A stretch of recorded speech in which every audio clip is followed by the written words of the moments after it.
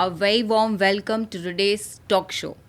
It's an absolute honor to host this exhilarating session with very own achiever, Ms. Deepika Arora. A very warm welcome, Deepika. As you all know, that Achiever program celebrates the incredible journey of our women in our organization who have not only excelled in their professional roles but have also become beacon of inspiration for each one of us. But more than that, today's program is an extension of ACIM, which we launched proudly in March 23, wherein we are fostering on inclusivity, and we are asking everybody that all the diverse voices need to come together to build a greater organization than ourselves. Starting today, which is the first day of the Navratri, actually it symbolizes strength, resilience, and power of transformation. And what better day could have been to start this kind of talk show, which is first of its kind with PNB Housing.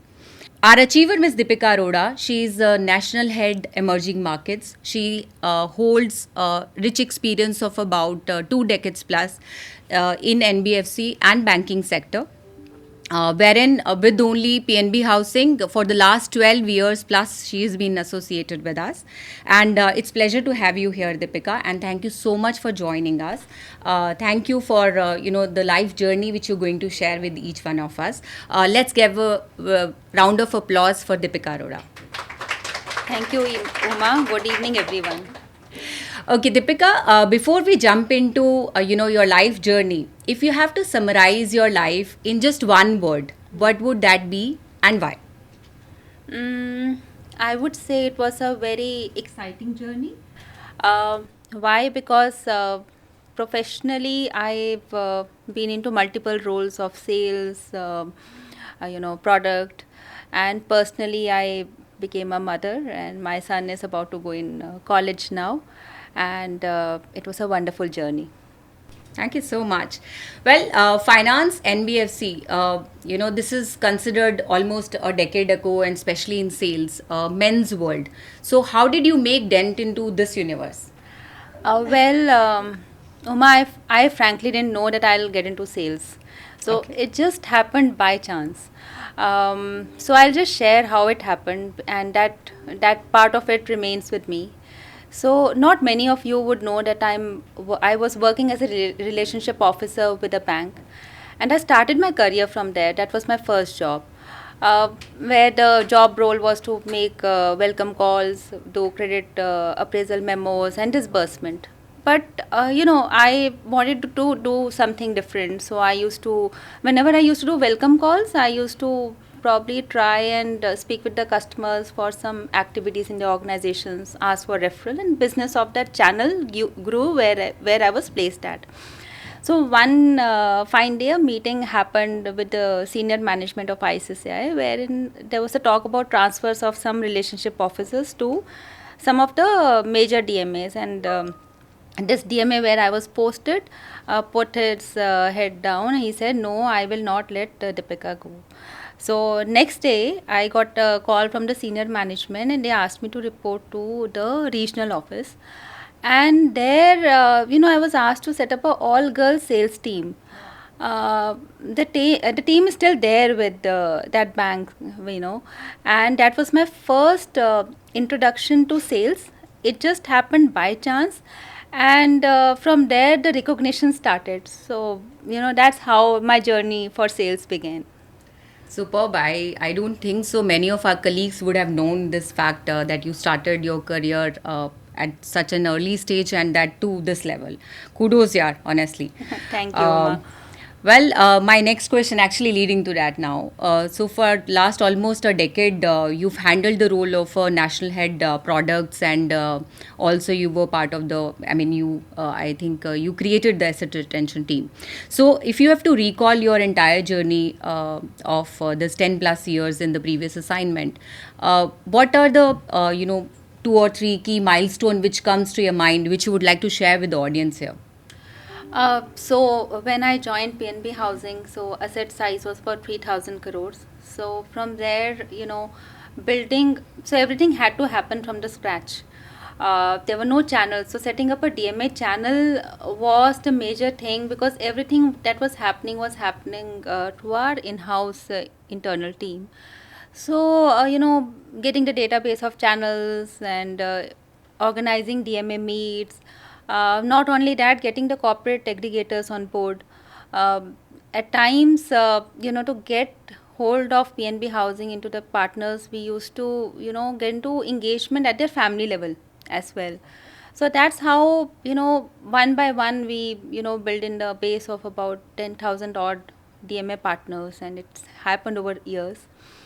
uh, so the thought, was also to give them accurate payout, like we get our salaries on 30th of every month. So there was a thought that partners should also get payout on 15th of every month. There should not be any delay. So the online payout portal, which was actually my brainchild, that was first in the industry. I now the many financial institutions have copied it, but it was first in the industry, and I single.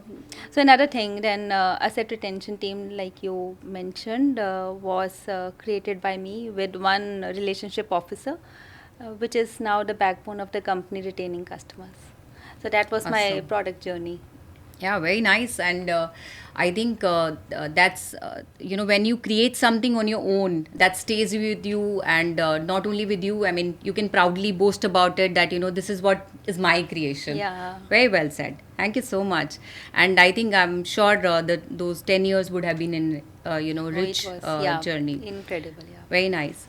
Um, so you had an incredible journey so far, right? How have been your relationships with your mentor, your colleagues? How did you sail through, or how would you define those relationships in your life? Mm, I would say I share a very open. So you have to build a ecosystem around you, and I share a very open relationship with my mentors, with my colleagues, and with my family. They are my support system. So you have to have a circle around you, uh, where if you get stuck anywhere, you can just go back to them, uh, ask for help, and and solve your problems. So that's that open relationship, and the circle around you, that ecosystem is very, very important to support you. You can't handle everything alone. You just can't. So true, it is. I'm sure our audience is taking a learning from all these life, situations which you've gone through, and then wherever they get stuck, maybe they'll be able to learn from these experiences. Yeah, that's true. Many a times, we think that this is the right moment, this is the time to switch over, or maybe this is the time, or this is the moment that it has come. But yeah, if we stay put, maybe we'll be able to have better things, and those hidden things in life maybe we'll not be knowing at that particular point in time. But obviously, the future nobody knows, and once you exactly get into the future, like, then you'll be able to understand that how it is. Sure, thank you so much for sharing that. I'm sure we all go through some or the other unconscious bias or hidden barriers in our career. Uh, would you like to talk about any of such situation or instances where you had to break through such situations, or you had to talk about openly with your family or maybe with your colleagues? Uh, it always happens. I think, I don't know why, but this unbiased, this biased being towards ladies is always there somewhere. I'll tell you, when I got this opportunity, many people congratulated me from my industry as well. And next question was, ये तुमने role क्यों ले लिया? Why did you take up this role? Why are you moving out of your comfort zone? My family, will you be able to travel so much? Are you okay with it? Although they were very supportive, but they also had that doubt, will you be able to do it? uh, so that bias is always there. I don't know why. And but we are no less. Yeah, true. Right, that's been amazing so far. What an incredible journey, I would say that. And honestly, Deepika, your story is a true testament to what an inspiration would look like. And we all need to create opportunities for one another, of course building strong support systems for ourselves, and then only, I would say that we can create that unity in diversity. Now we would like to hear from our audience as well. Sure. You, if you have any questions here in this room, team members who are there, or else for all our viewers who are there on the teams, can put your questions in the chat box, and we'll be able to take those questions. The first thing is, of course, it's a brilliant thing that you have done. And you know what? The first thing is the appreciation that I would like to do, because bringing in numbers, being a woman, I guess that's the most important thing. And you have done it in your life, in your career. So one thing, because of course in this 21st century, I'm not sure whether how much it is relevant, but still I guess it is relevant a little bit. The unconscious biasness. We were talking about it. Uma also asked that question. So the biasness is there, but how much it is really prevalent if somebody asks you this thing, that to this generation, Gen Z if you talk about, or maybe the Gen Alpha which is going to come up, how do you really think a person, a woman in sales who is bringing up in numbers, who is actually contributing in real sense in the revenue of the organization, how do you really think that diverse workforce you can, or what information or what that message you would like to give? Like I said, we are no different. I mean, I'm sure we have all the skill sets, and there's no reason to be biased. One thing that I would tell my women colleagues is that if you have to be efficient in your work, build your support system around you. You cannot progress unless you don't have a support system, because while you take care of the job, there should be a support system taking care of your family. And it's not only outside the organization. Let's say your house helps, your drivers, you should, some part of your salary should go there. Only then you can be stress free and manage your work. And frankly, biased, they're not much biased now. So with so many women leaders, I'm sure it's decreasing now.